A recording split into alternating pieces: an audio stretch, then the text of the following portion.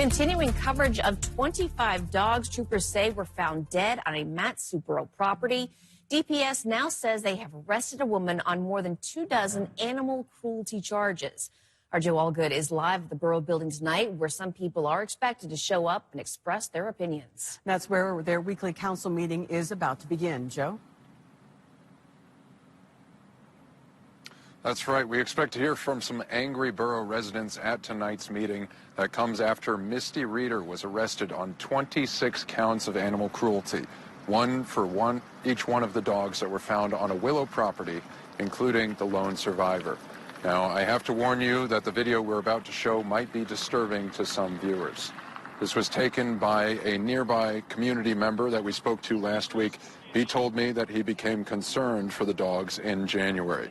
It was not until just last week the Department of Public Safety and Animal Control confirmed they visited the property and found the dead dogs. At the time, neighbors told us Reeder rented that property. Court records reviewed by Alaska's news source today show as of Sunday, Reeder is now facing an eviction from the property's owner. Their address matches where the dogs were found. The borough has faced tremendous public scrutiny for not acting sooner, and leaders promised changes last week. Here's what the borough manager just told us an hour ago. Internally and with an independent review, we will be looking at our enforcement actions and see what was done there. Was it done correctly? What did we miss, if we missed anything? But that process will take a little bit of time. And so I'm hopeful folks will give us a chance, give us the time to allow that investigation to run its course, and all of those findings will be made public. Misty Reeder was taken to Mat-Su pretrial earlier this afternoon without incident, and the eviction case is set to be heard in court on May 5th. Our request for comment from Reeder has not been returned, and we'll show you what happens inside this meeting later tonight on the Late Edition. Rebecca, Tracy? Avalanche experts tell us that right now, much of that snowpack is still cold and dry with weak layers underneath. That's happening during this spring breakup. Now, that setup is believed to be the driving force of recent avalanches. Future risks will depend on how quickly temperatures heat up. And if you're heading to the backcountry, you're urged to check the local avalanche forecast and pay attention to those conditions. While many are anticipating continued warm-ups, this week may be a little bit different. Chief Meteorologist Mr. Fry is keeping an eye on some of those changes on the way. Yeah, we are seeing that next storm system already pushing into the Bering Sea. But today, it's really a contrast between two completely different air masses, two different weather pictures. This is a view in Anchorage, mostly clear skies today and warm with temperatures holding in the mid-40s all afternoon. Heading up to Fairbanks, the sun shines back, but on the ground, that is fresh snow from this morning. And the temperature is still sitting at just 27 degrees with those wind gusts making it feel even colder than it is for much of today. And here's a look at those temperatures around the state. You can see the northern half is extremely cold, 6 below right now in Deathwater, 7 in Kotzebue, 13 in Nome, but it's 40s and 50s across the entire southern side of the state. Next storm system pushing in from the west, and we have blizzard warnings for Seward Peninsula, Norton Sound into the Yukon Delta. It is high winds gusting to 55 miles per hour, combined with some pockets of heavy snow, and then also seeing winter weather advisories further south of the Yukon Delta, pushing through the Kuskokwim Delta. Here's the timing on that storm. Again, pushes into the west coast overnight tonight, to the north into Seward Peninsula through the afternoon, and eventually also bringing some of that moisture to south central and into the interior once we get into tomorrow afternoon. So not as sunny tomorrow. We will see a few showers, and we'll have a closer look at that storm here in a few minutes. Thank you, Melissa. A new federal report shows that Alaska's child abuse and neglect rate has dropped nearly 30% since 2020, but the state still has record cases well above that national average. Yes, our investigative team's Johnson Kuhn reveals what the data shows and what the survivors say it does not capture. I don't know that I knew the earliest signs. I don't think that I had a words, survivor, or anything until after I came forward in 2019. It's still hard for Scott Sloan to talk about his own child abuse that he experienced. I was warned that I needed to be careful. This person was a good person. And so that moment, I could feel myself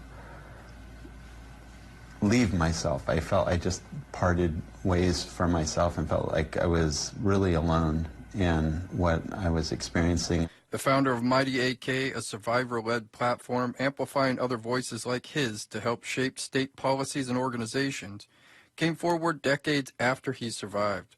A breakdown 7 years ago became his turning point. Flashbacks became too much. It was unbearable, and I folded. And I really believed that's how I was going to end. Fortunately, in the middle of that, a friend called me out of the blue and convinced me to get help. He found that help at Sexual Trauma Prevention and Response, STAR Incorporated, a local organization focused on preventing and responding to child sexual abuse. In general, we will see child sexual abuse and reports of harm. So those are actual generated reports of harm being 6 times higher than the national average. Keely Olson is STAR's executive director. She says when it comes to reports of harm, not just substantiated victims, the gap is even wider. Child maltreatment is much higher in Alaska than other states, much higher than the national average, much higher than other states by a wide margin. That margin can be seen in a new federal child maltreatment report released in January, showing roughly 13 out of every 1,000 Alaska children were identified as victims last year. While it's down nearly 30% from nearly 18 per 1,000 in 2020, nationally that number is still closer to 7, meaning Alaska's rate remains well above the national average. The state's Office of Children's Services provided a written statement saying the decline is real, but cautions reporting has been affected. Yeah, that's one of them. Perfect. By things like the COVID-19 pandemic, school closures, Inhale. reduced medical visits, and workforce challenges. For those who want to help, Sloan says the most important thing when a child discloses is to listen. It's not your job at that moment to try to solve anything. It's to meet them where they are and listen and then ask them what they need. And for anyone still carrying their own story, Sloan says there is no deadline on healing. Healing is a messy process. For anyone that has been carrying something for decades or years, there's no right or wrong time to come forward and get help. And that was Johnson Kuhn reporting. The report covers federal fiscal year 2024 and only reflects cases that were reported and recorded. If you suspect child abuse or neglect is happening in Alaska, call the OCS Centralized Intake Hotline. You can also call or text the 988 Suicide and Crisis Lifeline. Both numbers and other resources like the National Child Help Hotline are on our website and mobile app. Well, the decades-long LNG pipeline is hitting another bump in the road after the Senate Resources Committee overhauled the governor's property tax bill. His administration previously said the gas line would not happen without the bill. Now he says those changes put the bill in jeopardy. The governor's spokesperson told us this afternoon that the new version of the bill, quote, puts the entire project at risk and that the project financials are in flux because of it. Now, that follows weeks of scrutiny from lawmakers on the governor's property tax bill, and that includes local mayors largely coming out against the bill. The state's revenue department says the state would lose billions in revenue without the change, and there were also concerns over how much information the major developer of the gas line was willing to give out. Now, at the same time, the governor has made the stakes clear: pass the bill or have no gas line.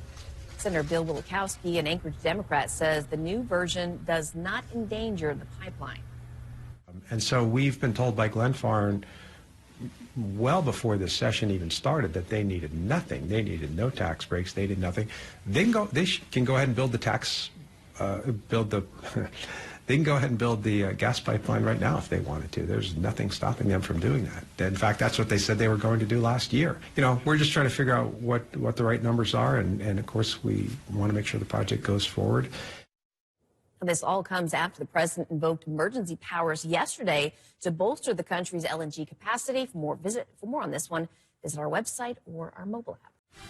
Students at Eagle River got a special treat today at lunch. Georgina Fernandez shows us how the members of the military inspire students during difficult times.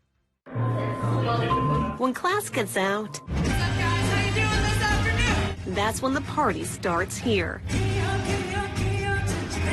The United States Air Force Band of the Pacific getting down Music really connects everyone. as they paid a special visit on Tuesday to Eagle River High School.